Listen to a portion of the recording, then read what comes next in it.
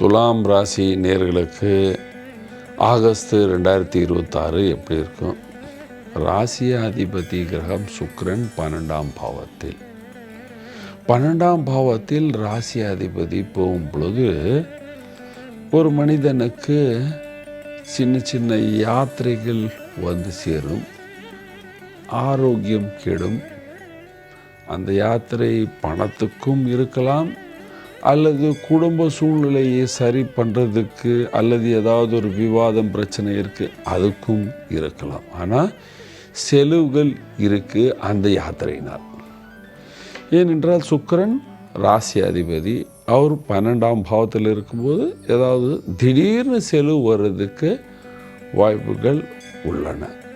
10ஆம் பாவத்தில் சூரியன் குரு, பேர் புகழ் பண வசதி இருக்கின்றது. எப்படியாவது பணம் வந்து சேரும். அது நீங்கள் போய் பேசினாலும் வந்து சேரும், நீங்கள் பேசலைனாலும் உங்களுக்கு வந்து சேரும்.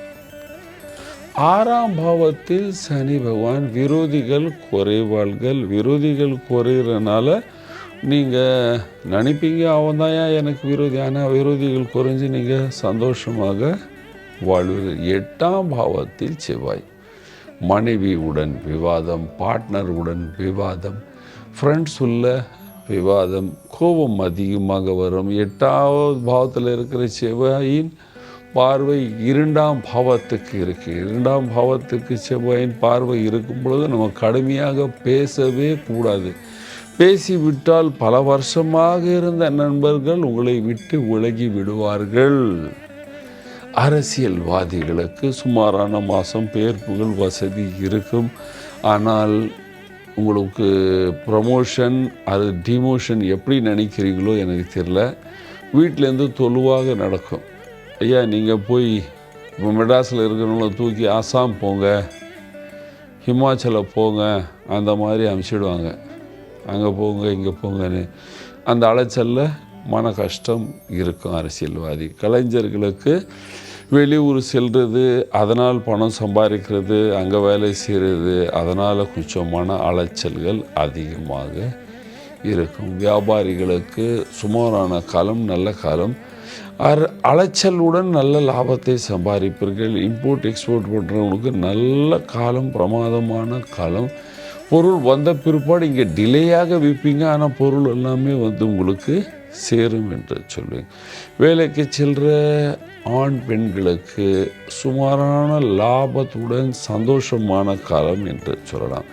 வீட்டில் இருக்கின்ற வயதான அப்பா அம்மா அண்ணி அப்பா யார் யார் இருக்கிறாங்களோ அவங்களுக்கு எல்லாருக்கும் நல்ல காலம் என்று சொல்வேன். ஏன்னா விரோதி இல்லை, நீங்கள் தைரியமாக வீட்டில் ஏதாவது செய்யலாம். அதனால் யாரும் உங்களை தடை செய்ய மாட்டார்கள். ஆரோக்கியமும் நல்லா இருக்கும், அவ்வளோ ஒன்றும் பெரிய பிரச்சனை இருக்காது. சுக்கிரன் 12ஆம் பாவத்தில் இருக்கும் பொழுது சிறிய நேரத்தில் முதுகு தண்டில் களத்துக்கு பின்னால் நோய் வர்றதுக்கு வாய்ப்புகள், களத்துக்கு பின்னால் நோய் வர்றதுக்கு வாய்ப்புகள் உள்ளன.